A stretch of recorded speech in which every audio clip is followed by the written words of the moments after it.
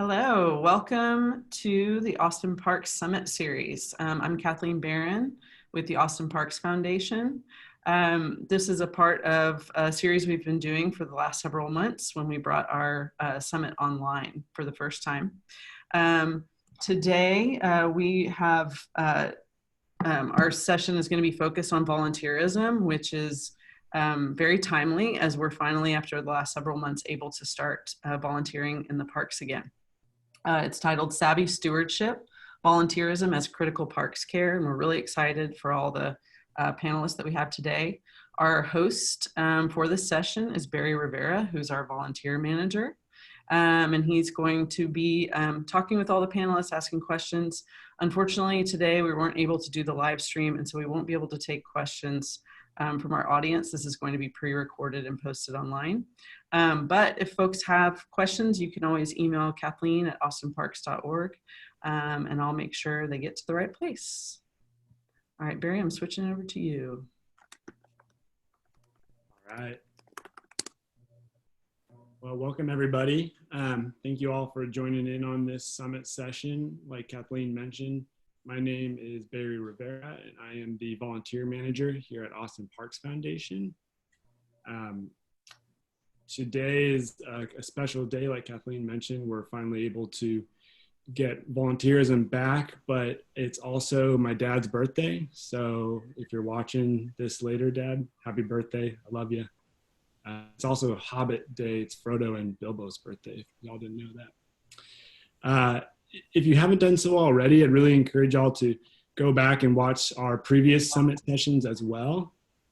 They are posted on our website, the austinparks.org, and under the there's a whole summit sessions page. But we really feel like each session represents a core piece of our mission, and our mission is to partner with PARD to uplift our city's parks, support the local stewards of those parks, and enhance the park user's experience. So when all these summit sessions are kind of viewed comprehensively, it works to support the message of the other sessions each session. That being said, volunteerism really is a core tenet of our organization, and we really believe that through the work of dedicated volunteers, we can empower communities to create change in parks and really see the day when our parks are at a level that we all desire, regardless of what part of town you live in or the size of your park. And Bloon, which we'll be talking about today, is a place where that has already happened.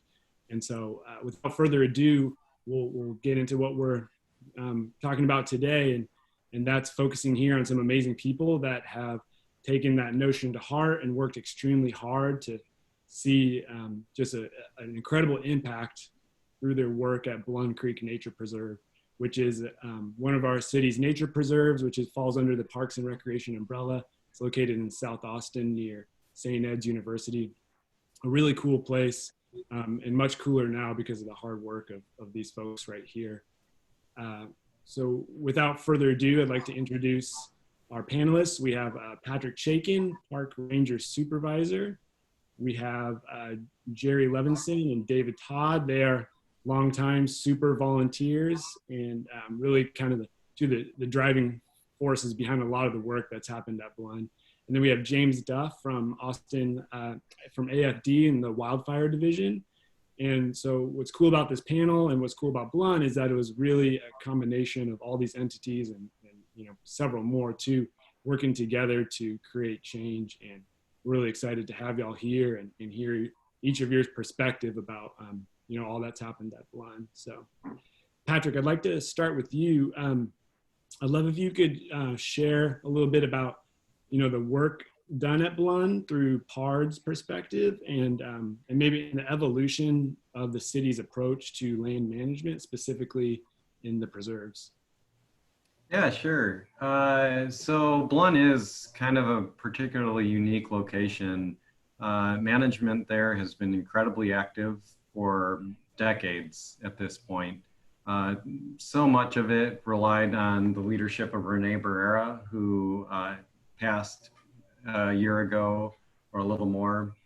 And really all the volunteers and the super volunteers and the community that surrounds that still carries a lot of his vision forward. And Bloon is one of the best examples of that. So really it's kind of just been a culmination of a lot of different efforts, making sure the community is involved, because I think most of these lands, the resources aren't really available without community involvement. And the type of work that we try to accomplish really couldn't be done sustainably without the massive input of not only the super volunteers who are here today, but also just the community that comes out, whether it be the high school students that are adjacent to it, or the neighborhood folks that come out for the monthly work days, or sometimes it's corporate efforts that different groups come through APF and other organizations. So it's really been just a massive culmination of different things to kind of progress the type of land management we wanted to see at that particular preserve. That's awesome. Yeah, and Rene recently had a preserve named after him, right, Patrick? He did, yeah. So the Indian Grass Wildlife Sanctuary was officially renamed Louis Rene Barrera Indian Grass Wildlife Sanctuary last year through a council resolution and through a lot of hard work and dedication by a lot of his friends and colleagues and volunteers and Austin Parks Foundation and others. So that his impact was just immense. And the work days that we did alongside of those, the renaming ceremonies, it just showed the reach that Rene had and his impact, because just so hundreds of people were in attendance. It was volunteer work spread across the entire preserve system. A lot of partner organizations who he impacted, like the fire department and TXCC and just countless others.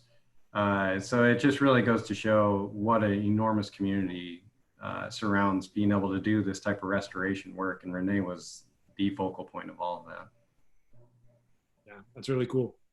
I don't know if I've ever heard so much about one person that I've never met besides Rene or maybe Michael Jordan, but of those two, yeah, it's really cool I've never actually met him. I kind of just missed that, but really, I think, like you said, the work lives on through y'all. It's been cool to hear about all that he did with so little, and I'm excited that vision can move forward. It's cool. Jerry and David, I was wondering if y'all could touch on how you guys got involved with Bloon specifically, and kind of some of the challenges you faced, specifically like what the state of the preserve is when you got there, and then what processes you implemented to overcome those challenges, and how volunteers have helped, as well as the partnership with Rene and the Rangers and PARD in general. Jerry. Yeah, go ahead, David. No, you go ahead. Okay. The first time that Rene, I had been working with Rene as a normal volunteer, which means once a month or so. And so he asked me to come out and help him guide a group from Dell at the Bloon Creek Nature Preserve. And compared to other places that I had been, I had never seen a land so overtaken with invasive ligustrum trees. And it was obvious that Bloon Creek needed an awful lot of help. So what was it, 2010, I think, is when I started at Bloon Creek, not as a full-time job, but several days a week, several hours a day. And we could not have accomplished what we did without help from the Parks Department, because we took out, and I'm not kidding about this, hundreds of tons of ligustrum trees that went to Hornsby Bend for mulching and turning into dilla dirt. Well, we started out doing that with Rene's 16-foot trailer, and that was not very efficient. So after opening up some access into the preserve, we were able to use the big brush trucks with the hydraulic claw. So that made our progress go a lot faster. And we could, I mean, one truck could take, what, 7 tons of brush at a time? Several thousand pounds anyway. So it's been a tough battle, and it will go on probably forever, because there are invasive species just waiting to come into Bloon. The thing that's different about Bloon from most other nature preserves, it was not pristine land when the city bought it. It had been a dairy farm, and there was no there was nothing to outcompete the invasive ligustrum trees. So they would grow geometrically. One tree turns into 20, 20 trees turns into 400, 400 turns into 65,000. And before you know it, you've got a tree on every square yard. And that's not an exaggeration. In some places, it's a tree every square inch. So that's not the case at places like Barton Creek and Bull Creek, where you have 50 and 100-year-old live oaks and junipers that are tall enough to still get sunlight when the ligustrums start growing. That wasn't the case at Bloon. That's why it's been such a tough battle.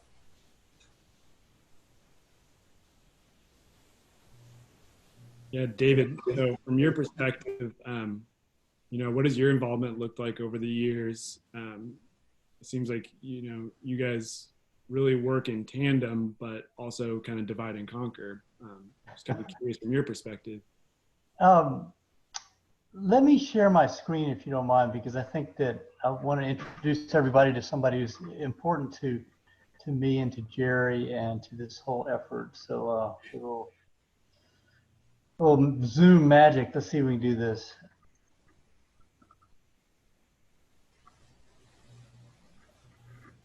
Okay, can y'all see this fellow? Yes. Yeah. So this is Rene Barrera. And Rene was my neighbor and a friend, and he was head of a little nonprofit space, probably not really that formal. It's just a neighborhood association called the South River City Citizens Neighborhood Association. And it turns out that our neighborhood is roughly encompassed by the same area that's the Bloon watershed. And so Rene was such a ringleader in trying to introduce our whole neighborhood to the fact that Bloon Creek and a string of parks that included Bloon Preserve and Stacy Park, Stacy Greenbelt, Little Stacy Pool, Big Stacy Pool, were all part of this same ecosystem. And so when we would have neighborhood meetings, he would talk it up. And I think I started maybe in 2003 or 2004 with Rene. I was and still am, can't seem to get out of it, the Parks and Environment Chair for SRCC. And so I would come along at Rene's beck and call to, step and fetch it. What could I do to help? And my daughters came along, and our neighbors came along, and friends, and we started with invasive removal in Little Stacy area, and then later on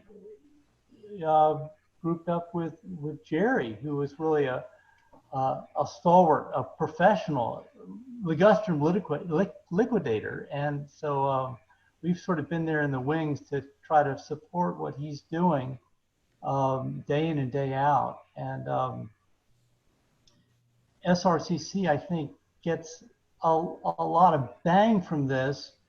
One is that, we're a community group, and so it gives us a chance to, through the work in Bloon Preserve and earlier through Stacy Park's work, meet one another and sort of join forces and not only with ourselves, but also with people who are visitors to the neighborhood, who might be parishioners in a church, or might be students in a school, or who might be employees in a firm who come to work at Bloon. And so we get to meet them and do something together that's really positive.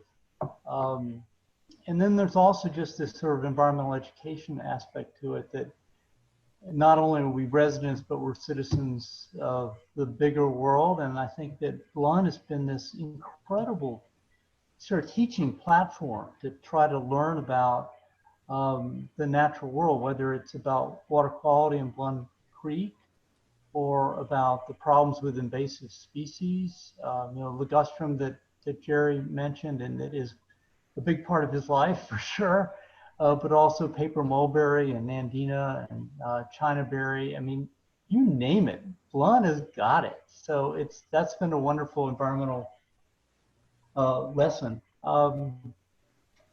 I guess the last thing is just that the neighborhood has raised some money, and of course, a lot of this is really Jerry's time and Parks and Recreation's dedication and Austin Parks Foundation's contribution.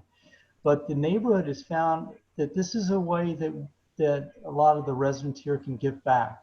And so we've raised, a number of thousands of dollars to raise money to hire groups like Plateau Habitat Management, who come in and do some of the herbicide work or the chipping work that we as volunteers really can't do. So those are some of the aspects, from community building to environmental education to some sort of reinvestment in the neighborhood that Bloon has been a really important thing for our neighborhood.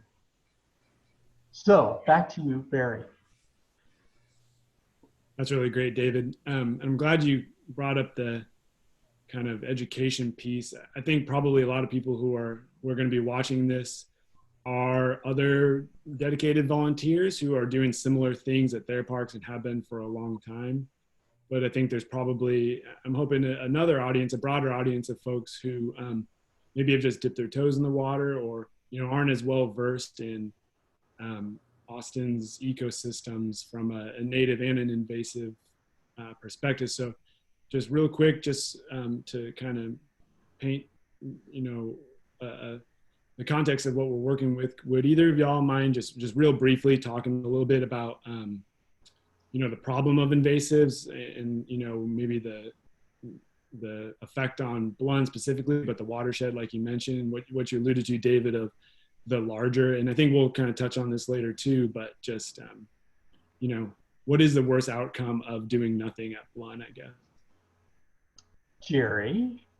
In a word, monoculture. So that means one species taking over and crowding out everything else. Like the difference between a Christmas tree farm and a natural forest. That's the difference between a monoculture and a Central Texas wildscape.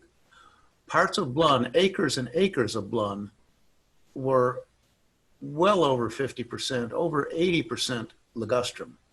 And the thing about ligustrum specifically, it never drops its leaves, summer or winter. So nothing is going to grow on the ground under a canopy of ligustrum trees. So that means there's no shelter for squirrels, raccoons, snakes. You might like them, you might not, but they're all part of Central Texas nature, and they can't thrive in an environment of monoculture. So that's the specific problem with ligustrum. Chinaberry, not a bad looking tree. It does drop its leaves in the winter, but they are so prolific. They will take over and crowd out everything else in the preserve. So you might wonder, well, why hasn't everything in Austin been overtaken like that? And as I said earlier, most preserves have an inventory of big, old, tall trees. Bloon didn't. That's the big difference. Do you know what year it was lit most recently a dairy farm by chance, or generally? I'm going to guess it was in the mid 50s because most of that neighborhood grew up in the late 50s. Yeah. And so that's the best guess I can come up with. Okay. Yeah, that's cool. Patrick, is it true that there's a drunk tank for birds that eat too many ligustrum berries and get tipsy? I'm not 100% sure if that's true with ligustrum berries in particular, but they definitely feed on them like crazy. You'll see huge flocks of cedar waxwings up there eating them. There's a lot of different birds that will eat those berries, and that's a major source for how it spreads. So it's not even necessarily if you can stop, you know, ligustrum doesn't know any boundaries. So the birds, even if you get them all gone from Bloon in particular, eventually more birds will come with them. The seeds spread through riparian zones, which again is a prime function of or prime attribute of Bloon itself. So it is kind of never-ending work when those species have already now exist in the ecosystem around Austin. So it's a major spreader. Just to be excuse me, I was just thinking that there's some pretty, for me at least, unexpected consequences of this kind of monoculture, particularly of ligustrum. And like Jerry was pointing out, because they're evergreen, very little grows underneath it. So when these ligustrum are pulled out, it's like a parking lot out there. I mean, it's just absolutely bare. And as a consequence, there's a real risk for erosion, and then you get non-point runoff, and then you have water quality problems, and then maybe you have fish die-outs in the creek. You know, it's just kind of weird, but nevertheless very significant problem that starts with this Asiatic tree that, by the way, they're still selling at Home Depot. Yeah, it's a really multifaceted problem. That's what's I'll kind of touch on this later, but so cool to see y'all, especially non-experts necessarily, being able to have a big impact, and despite the challenges like birds eating and pooping seeds all over Austin. Yeah, it's really cool. Well, James, I want to switch to you now, and I'm wondering if you could touch on just the how AFD fits into this picture at Bloon, and kind of what's been your work there and your approach to work in parkland and in Austin in general. I've been with AFD for not a terribly long amount of time, which kind of answers your other question. Before that, I actually worked in conservation. Actually worked pretty close with Patrick whenever I worked with American Youth Works Texas Conservation Corps. So that's where a bit of my background is as far as that stuff. David, do you mind if I wrestle the share screen from you? Take it away. Thank you.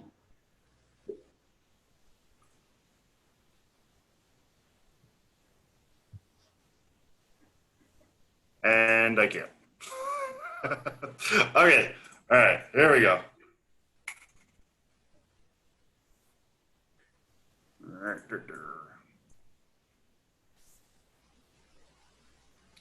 Sweet.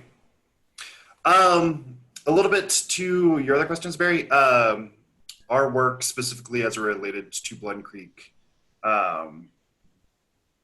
was to install some shaded fuel breaks. And I'll go into what those are in a minute. But the work that the fire department is doing is their mission is to manage wildfire and protect the areas around. So in this purple area, you can see all the structures that are directly near Bloon Creek and could be impacted immediately by a wildfire. The green grayed out area, that is the area that's owned as preserve land. And then this little yellow overlay on top, this is the area that we actually went through and worked on. And we did that back in August of 2016. So it's been a little while since we've done any work in this area. And as I'm sure Jerry and Todd can attest to it, it's become overgrown in those areas pretty intensely, especially with invasive species. So in relation to wildfire, this is such a lush area. And if you were to walk through it right now, you would be hard to imagine a wildfire ripping through there because it is so lush. When that happens, lots of things grow, adding more fuel to the fire. That's how we generally describe anything combustible. We'll describe it as fuel. And a little bit more to that is the shaded fuel break that I was talking about. And I tried to like borrow the good, the bad, and the ugly, but it's just good, bad, getting bad, and dangerous. And in the good section, what we'll try to go through and do is just take chainsaws, go through and cut the understory, and leave an area of shaded growth. So it does kind of what Jerry was talking about a little bit, where the ligustrum, because it doesn't drop its leaves, it keeps that understory suppressed. So in the event of a wildfire, if a fire is burning, it keeps pretty low to the ground. If it keeps low to the ground, then the fire stays cool, which cool in terms of fire is kind of a strange analogy, but whenever it starts climbing into the canopy in the mid-story, that's when it's able to actually build up a lot more heat and become a danger to the areas around it and burn down the preserve as a whole. So in this area, if a fire were to go through the good, where it's showing right there, it'll just kind of smolder on the ground. It's easy to put out, which isn't necessarily what I would like to see happen to a preserve like this. Fire in this area is a natural occurrence. It's really good for that environment.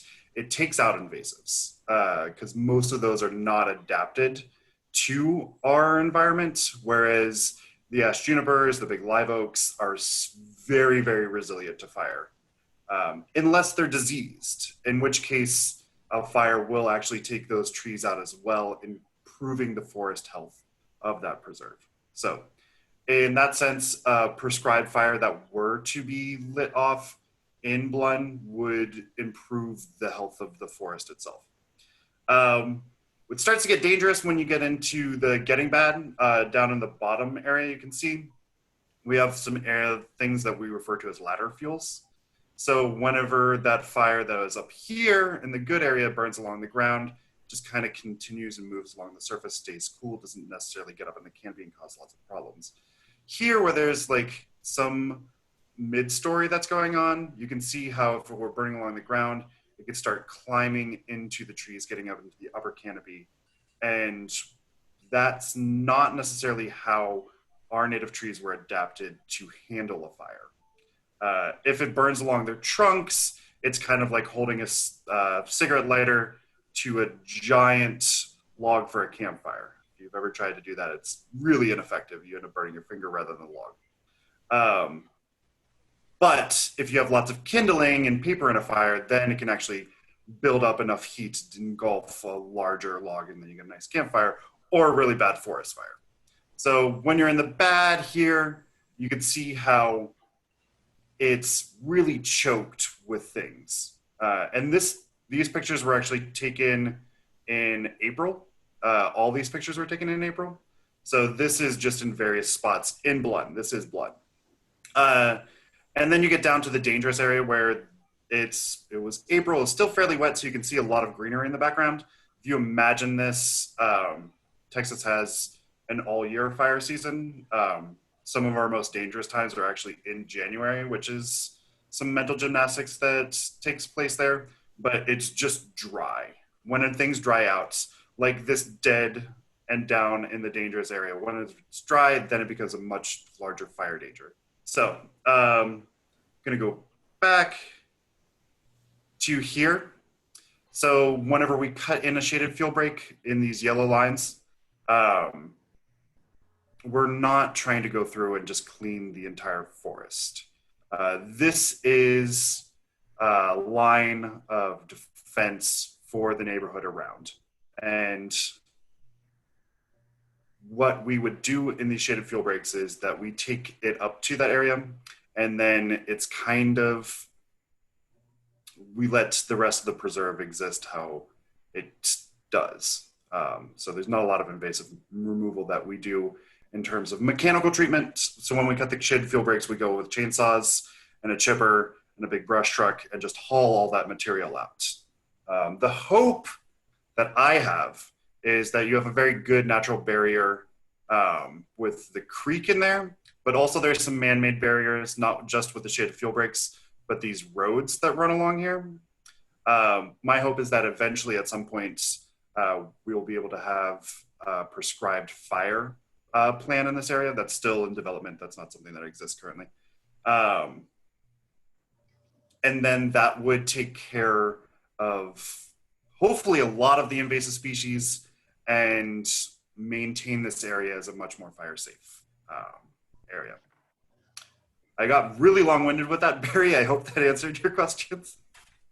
No, that's great, James. That's great. And you know, something that has been alluded to already, and I think, you know, something that I was able to participate in is half the battle is getting the ligustrum or whatever invasive tree, you know, derooted off the ground, whatever. Then there's a whole other thing of getting it out of the preserve, as a big old pile of brush presents a real fire hazard to the preserve. And we were able to do a project with Patrick and the Rangers with inoculating some of the down trees with mycelium to help it biodegrade and not sit there as a big fuel potential. But I was wondering, I mean, I think probably any one of y'all could answer this question, but you know, it seems like you're talking many hands being able, unless without bringing in giant equipment, the benefit of volunteers and you know, just the many hands concept of mitigating fire risk once you're pulling those invasives out. If any one of y'all want to touch on that. I could hit it for a second, especially because did so much work of that with not just park volunteers, but AmeriCorps volunteers.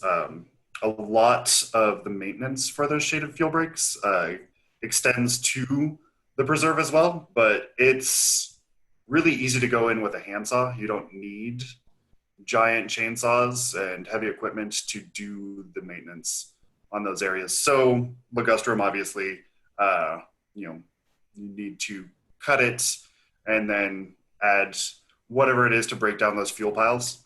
But just beating it back is a huge, huge help to fire safety, as well as reducing its, you know, ability to spread. So, my 2 cents. That's good. Yeah. Oh, go ahead, David. Well, I just wanted to share my screen again. Can I snatch it back from James? Snatch Yeah, away. all yours. All right, here we go. So this is just an example of some of the people that Jerry has led over the past umpteen years. And I think that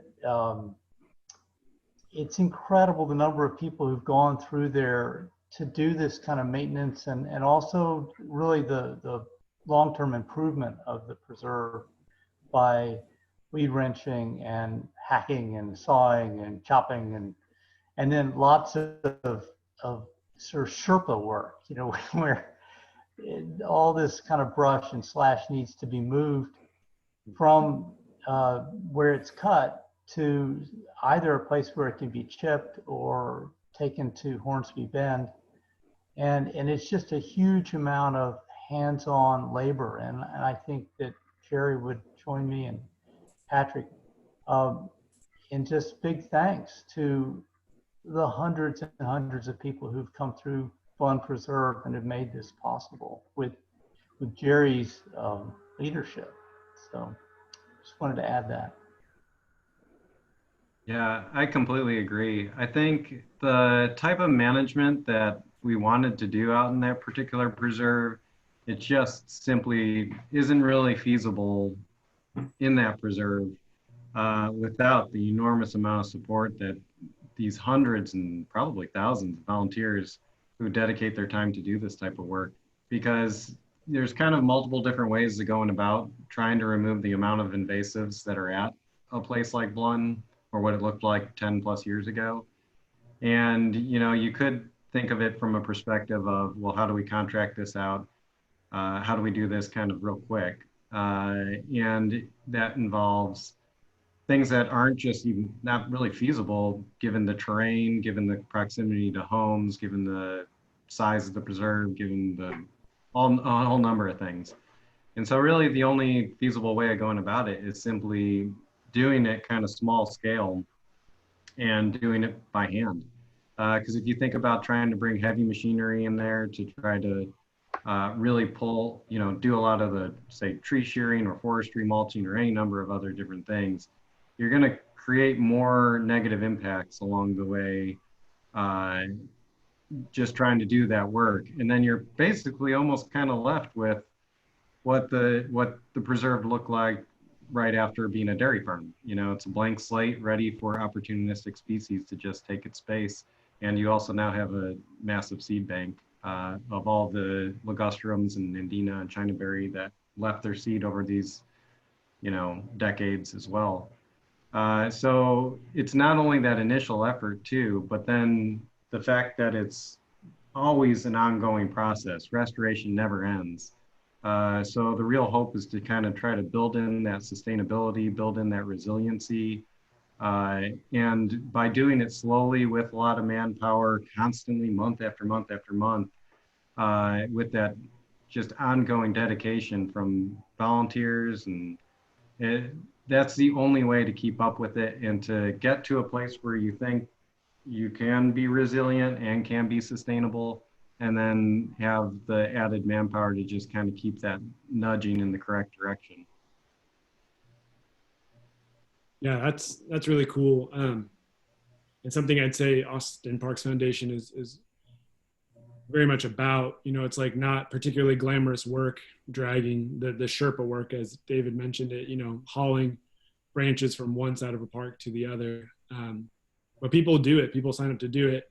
And it's not because it's glamorous, but it's because it's part of a bigger vision and bigger mission. And it really does take, you know, even if someone just shows up one time, you're still a part of the larger work there, which is cool. Which leads me to my... Can I put a plug in here? Sure. You know, these people don't just appear out of the woodwork.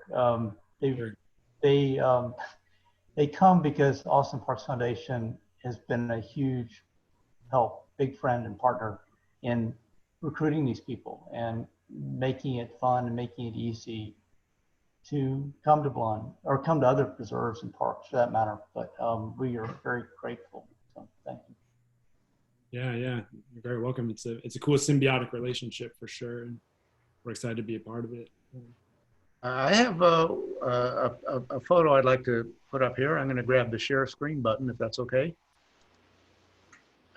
Someone else is sharing. I think, yeah, David, you need David? Yeah. Hold on a second. Ah, Everybody's getting there, wrestling in with David today. there we go. All right. Take it away. Thanks for your patience. Share screen and okay. Can you see that? No, not yet.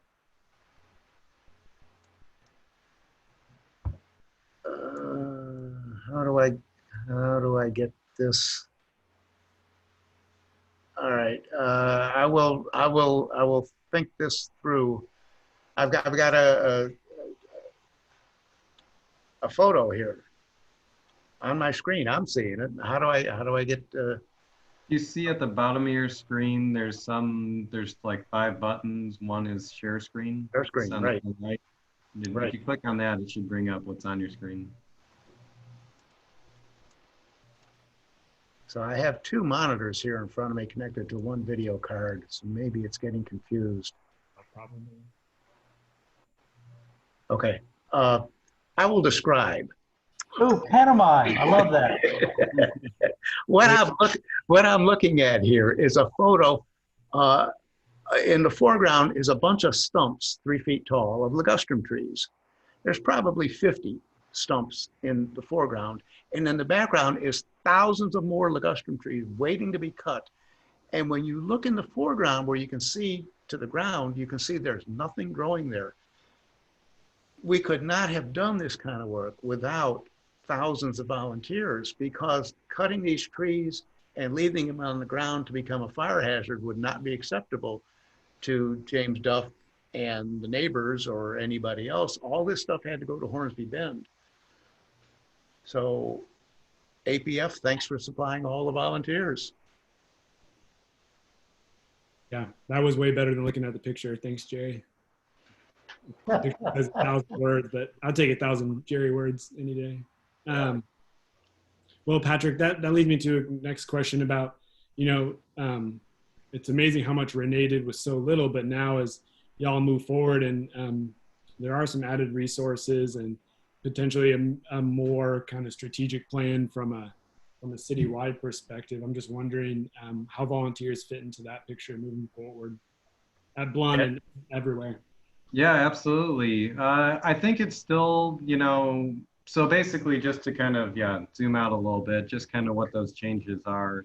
Over the last year, or not even a year, it's only been, 8 months or so, an entire new set of positions has been created, and they've really just, the amount of resources as well is just expanding. And so there's now an entire land management team in place, and that is headed up by Matt McCaw, who brings a long time worth of experience of doing this exact type of work on very big acreage. So he had worked with Austin Water and did a lot of the water quality lands. And so a lot of the time, same type of stuff that he did there is going to be able to be done parks wide here. So I think really the idea is to take those same type of goals, but just expand it to larger acreage and to just see what can be done to, again, just the main goal is really to see what you could do to build resiliency and sustainability into all these natural systems, and then see what kind of ecosystem services you can get out of that. So what the payback on that is it increases water quality, it increases the amount of available habitat, it increases places for people to visit, to be able to, there's a whole bunch of different studies that have been done about the effects of people going out into natural places and what the impact that has on their own mental being and things of that nature. So really, I think it's just a matter of that things are going to hopefully be able to expand quite a bit. And volunteers are definitely going to be a core component of that. Another part of that land management team is the Wildlife Austin program, which is headed up by Lawan Tucker. And through that, a lot of coordination is going to happen for volunteers. So it's going to give an avenue for people to come out, be part of their community, take ownership of their parks, and to be able to do all these different, implement all of those different land management plans that are being thought through. So I think it's incredibly exciting what's happening right now. And really it's kind of deep in the planning process and the land management plan process and trying to get that overall vision so that we can have comprehensive plans, and then it's up to volunteers, and some of it'll be probably contract work, some of it's partnerships through AFD and others, TXCC, any number of other different groups to help just enact those plans. So yeah, it's kind of a really exciting time where the resources that Rene had been trying to group together for years really was coming together even under him, and it's continued even more so since. So it's exciting. It's really cool. When you talk about resiliency and sustainability, is there a point where, this may be an unanswerable question, but like zero intervention would be needed? I mean, is there a time when Bloon needs no volunteers? I don't think so, because I think really that's the main opportunities.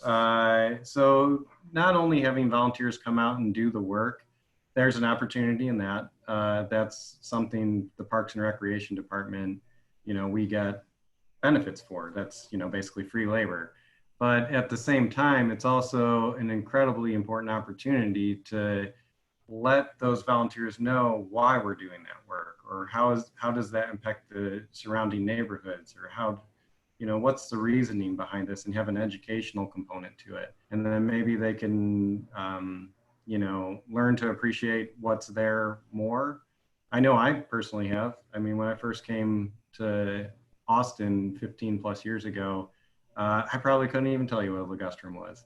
And walking through green belts or other areas, I always thought of them as, oh, this is beautiful. This is outdoors. This is nice. But over 15 plus years now, I've, interacted with tons of land managers, been more heavily involved in this type of work as a job, and also doing volunteer work on my own time. And now as I walk through green belts, I see a whole different world. I see not only the ligustrum, but also all the other components to that. And it kind of opened my eyes to knowing how it's working as an incredibly complex system. So I think that's the benefit of using the volunteers as well. We get something out of it, but the volunteers hopefully take away an appreciation for that land. They take away some education, learn more about it. So that's always going to be a core component of any type of work we do with the Parks and Recreation Department. Yeah, that's really cool. I've had a similar experience, and it's fun to see people have those experiences out there. James, I'm wondering, I have kind of a two-part bigger picture question. As we, the fires that are raging through the West and Northwest right now, it's on everybody's mind. And luckily, that hasn't typically been an issue here in Austin, but I'm just wondering about, you kind of touched on it, but the importance of the work y'all do from more of like a big picture kind of, global scale. And then, so this is makes a tough question to answer, but then also kind of hyper local work with some neighborhoods around town, because you guys work not only in Bloon, but other parks as well. So, from like a community standpoint, socially, environmentally, and from a world, kind of how that all ties together. Sure. Yeah. I'll follow your lead. Big picture scale. Austin, the United States, and the rest of the world had a very kind of Western mindset to fire. So it's talked about as the past 100 years, there was the 10 a.m. rule, that any fire that started in public lands federally was supposed to be extinguished by 10 a.m. the next day. And that was the goal. So just every single fire was supposed to be put out. And that was the gold standard to protecting people from the dangers of wildfire. That, not exaggeration, has blown up in our face. You could tell very, very extremely in California currently, in Oregon. Just the West Coast right now is struggling, and has been for a while. Internationally even, with the fires that happened last year in Australia, they were incredibly devastating there. On the silver lining to that is they have an environment that's very similar to ours, a little bit drier, but their techniques for mitigation of large green spaces that are creeping into the areas that are Jerry, I got your screen now. Oh yeah, I was playing around with it, and I'm trying to get back. Oh, what have I done? Nice ambiance. I like it. Yeah. It's good. So yeah, I'll actually use this. So this giant expanse right there, if you were imagining, most people when they think about a wildfire, they see that area and then superimpose their imagination as a huge fire front coming at them. And this level of overgrowth is what happens whenever you suppress fires for a long amount of time and don't allow it to engage naturally in the area. I was talking about Australia a little bit, and they have shaded fuel breaks there. Doesn't work as well in California and other areas that are just big pine tree plantations. They have a different model and control method than the shaded fuel break that we're using here, but Australia used it and it was really effective. So that's my little tag for the shaded fuel breaks that we were talking about. But in terms of like all the invasives that grow up in those areas, wildfires that go through can suppress those. Hey, I'm back. And maintain a forest ecosystem health. The fire is a natural occurrence in Texas and specifically Central Texas. You know, it's been a while since we had a big one in Austin, but most people in Austin are at least somewhat familiar with the large Bastrop fire. Hopefully, if you came after, I think the last time Bastrop burned was 2014, 2015. But if you hopefully have had a chance to go out to the state park and wander around on the Lost Pines trails, it's still full of matchsticks. They're just big, tall pine trees that are just blackened. And in 2011, whenever the Bastrop Complex fire happened, that was coincided with the Labor Day fires in Austin. And if you haven't been in Austin since 2011, that might not be a date that rings to the top of your head. But for a lot of the homeowners, especially on the west side of town, they're familiar with that date. And specifically to Austin, what happened was that coincided with the Bastrop Complex fire, which at the time was the hottest fire on record nationally.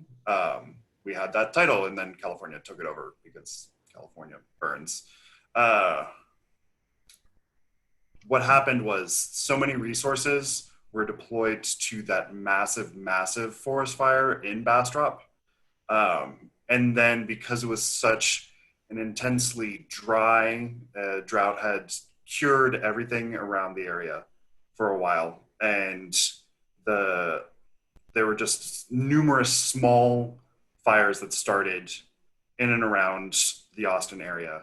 Because everyone was deployed to the Bastrop fire, that meant that the Wildfire Division and Austin Fire Department in general was spread super thin. So those fires ended up becoming much more destructive than they needed to be because of those green spaces that hadn't been maintained, where fires had been suppressed. And additionally, a lot of homeowners in Austin weren't really incredibly concerned about wildfire. The lessons we learned from then was that if you can protect your own home and make that more fire resilient, that allows those green spaces to not be such an immense threat that you need to put out every single spark that starts. That if we're able to go through, and the Wildflower Center does an amazing job of this, just constantly burning that area, so that improves forest health, improves the ground cover. Wildfires, if they're kept at a low temperature, just burning through an area, it doesn't actually kill the seed bank. So if they're hot enough, it will burn off a seed bank. You'll see that in California where it just scorches the ground underneath and kills off that living material. But if it stays smoldering on the surface, it leaves that deep seed bank. And in the case of what Jerry and David, I don't know this for sure, but assuming that those like Chinaberry and ligustrum seed banks, those are very near to the surface. And Bloon Creek is an exception because it used to be a dairy farm. But elsewhere, having a fire roll through there, it takes care of invasives, it takes care of saplings, so there's not as much competition fighting the middle-aged trees. The earth is able to just continue to spread out, creating that shaded canopy. And in terms of things like oak wilt, which I'm sure most people are familiar with, whenever trees do become diseased, if a fire is able to roll through an area, it does a good job of being an immune system to a forest, where it takes out sickly and dying species so that the healthy ones are able to survive.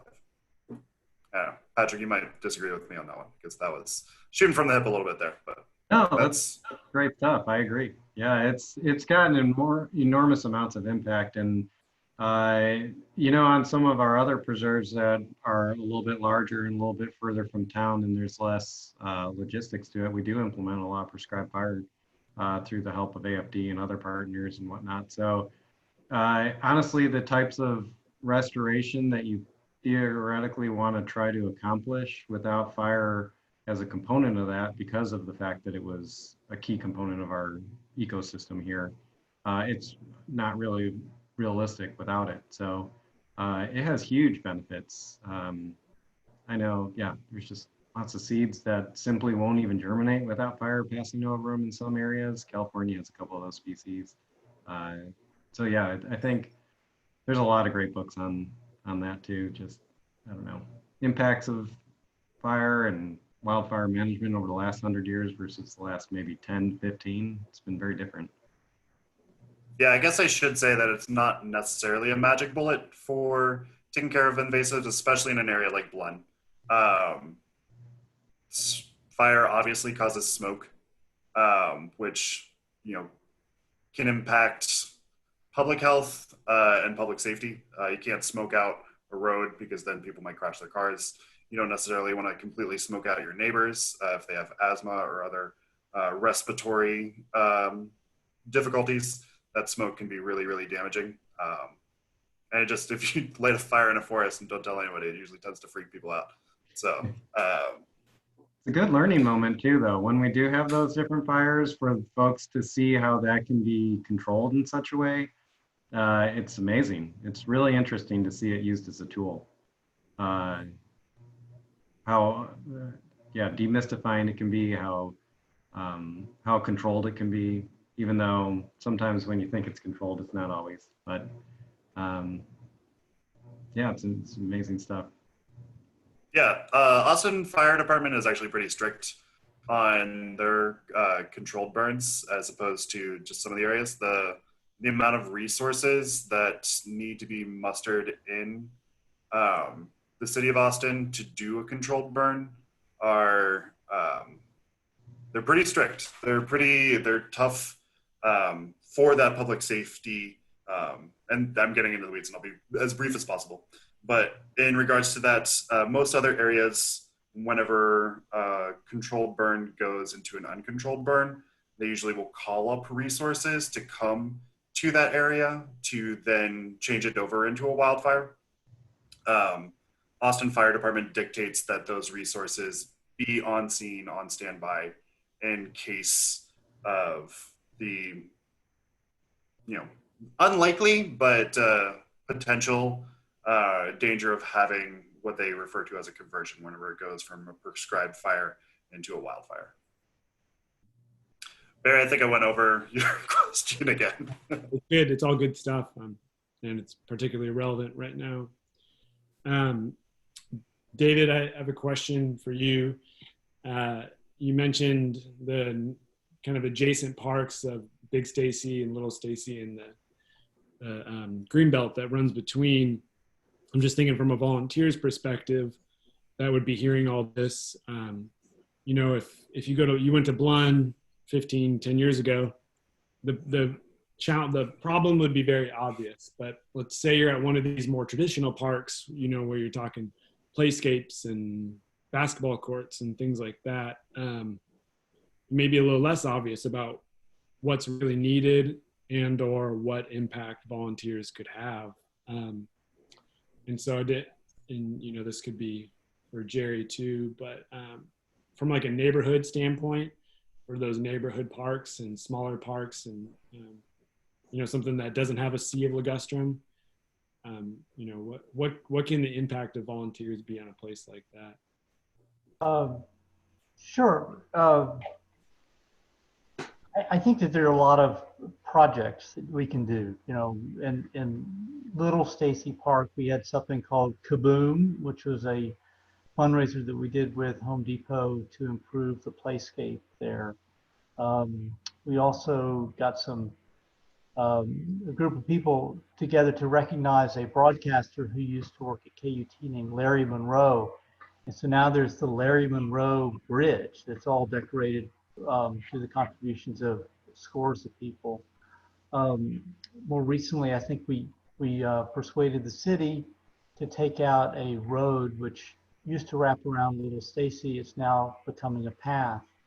So those are all things that SRCC and a lot of our friends in the neighborhood have been able to do. But I'd like to introduce a phrase that a friend told me about, which is more about just enjoying being outside. And we use these kind of neighborhood projects as a reason to be outside and enjoy Mother Nature.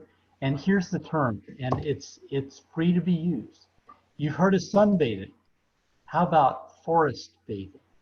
Forest bathing. Just try that one on.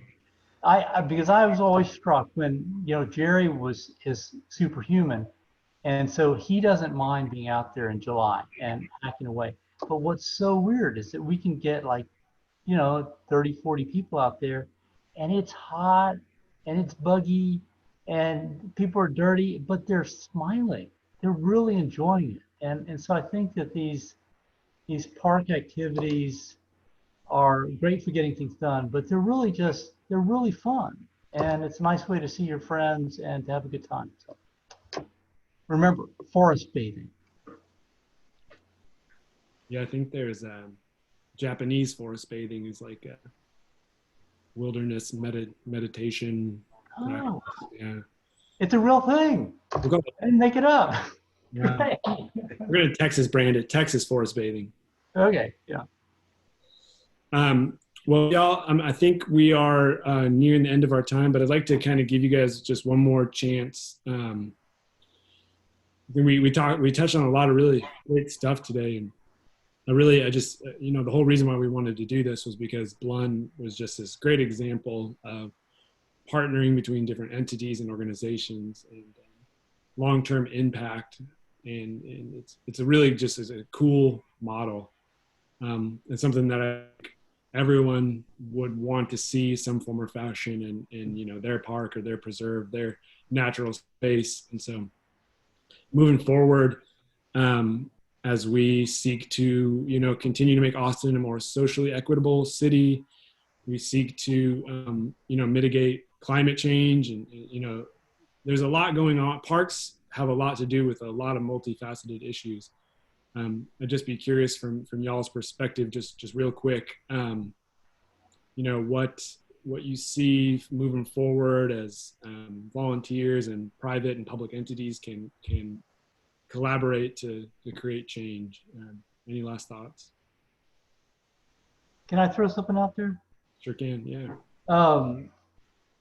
When you go to the amusement park and you can't be shorter than this and you can't be taller than that, you got to be in that sort of magic window of size to take the rides.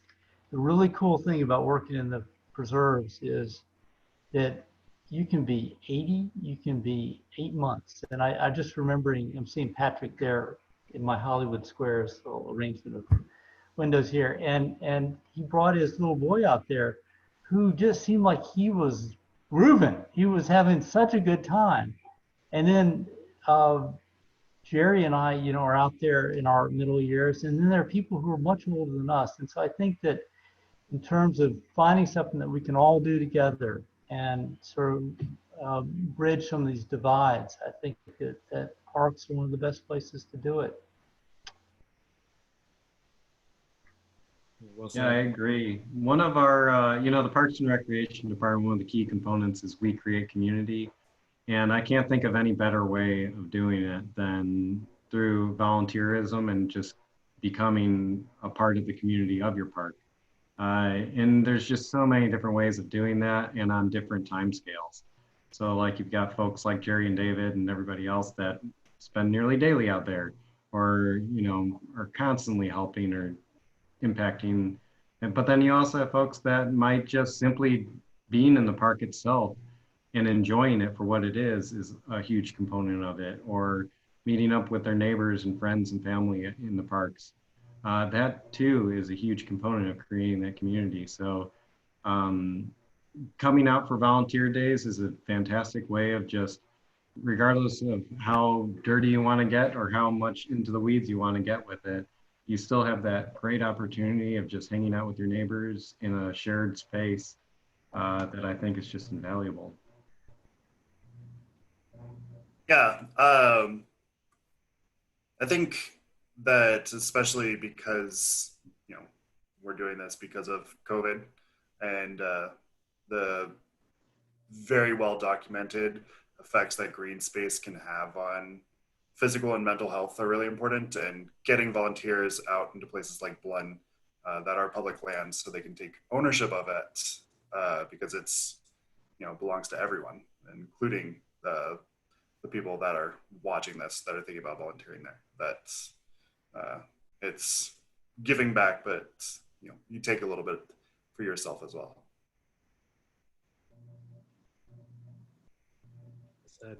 Jerry, any last words? I wish we had more opportunities for volunteers to come out and get dirty with us. Maybe someday we'll get back to that. Yeah, we will. We will. And I should Fight say, on, brother. yeah, fight on. That's right. If you are interested in getting involved, make sure that you're going through the proper channels, that you're not out there just hacking down ligustrums by yourself. All these things that we've been talking about are approved by our partners at Parks and Rec, and we want to make sure, because they are public lands and they are for everyone, that, you know, we're doing what is not just one person's opinion. So we offer a lot of those opportunities, and they're all vetted through PARD, and several other organizations do as well. So there's lots of ways to get involved. Right now, we're just dipping our toes back in the water, but assuming that cases continue to decline, we're hoping to be able to get more and more people out there. And someday when the world returns to normal, we'll be out there in full force, Jerry, I promise. All right, thank you guys so much. It's great. Thank you. Real quick, I just want to say thank you to everyone.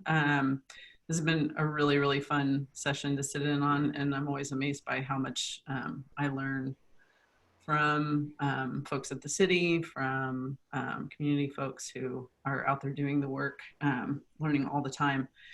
And like you all said, I think because of COVID, everyone's got a little bit of a new appreciation for the outdoors and the benefits it brings. Unfortunately, because of COVID, there's also been a lot of negative impacts, more waste. And so we are gonna need volunteers more than ever, and we're really excited to get back into it slowly, safely, lots of safety measures put in place, but that's our goal, is to get back to where we were, and we can't do it without a whole team of people.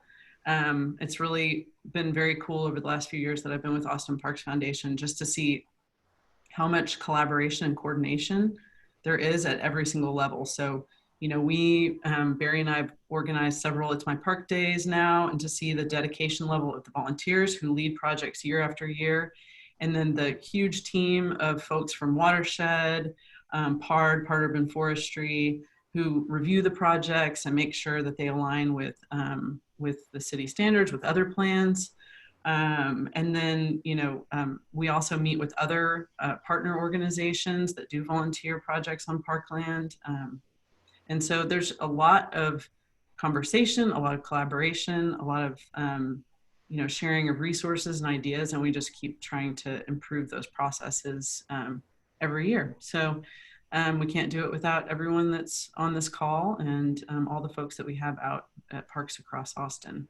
Again, I want to thank everyone for being patient with the technical difficulties this morning.